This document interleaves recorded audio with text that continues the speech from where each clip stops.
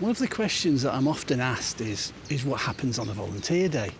Now, that's not as easy to answer as you might think for one simple reason. Every volunteer day is different. First, and probably the biggest variable, is seasonality and the weather. Only certain jobs can be done at certain times of year.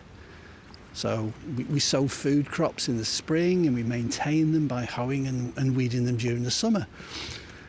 And then we harvest them when they come ready, which, that's different crops come ready at different times of the season. In the autumn and the winter, our attention moves to focus on trees. So that's planting trees, coppicing the felled wood and, processing it. And we do these jobs when the food growing just stops, really.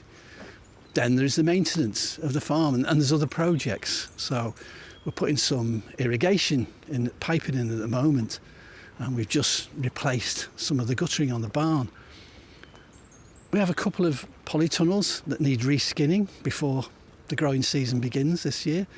And there's always something that needs fixing. Improving or replacing. Sometimes big jobs like skinning a polytunnel needs quite a few people and still conditions if we're not going to make the biggest kite in Lancashire. And then there's the weather. We don't mind working through the odd shower, but if it's going to pelt down all day, we can usually find indoor jobs to do. And finally, it depends on how many volunteers show up.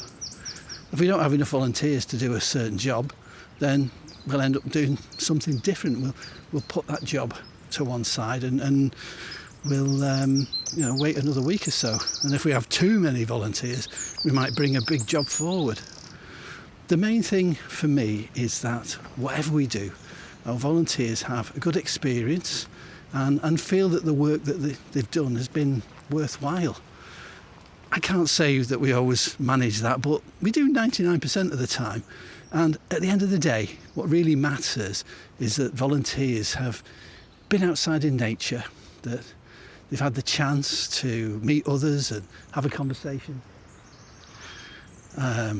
feel the sun on their back and the wind and the rain on their face, and that they go home feeling that they've done something good for themselves. Nature is the teacher and the farm is the therapy.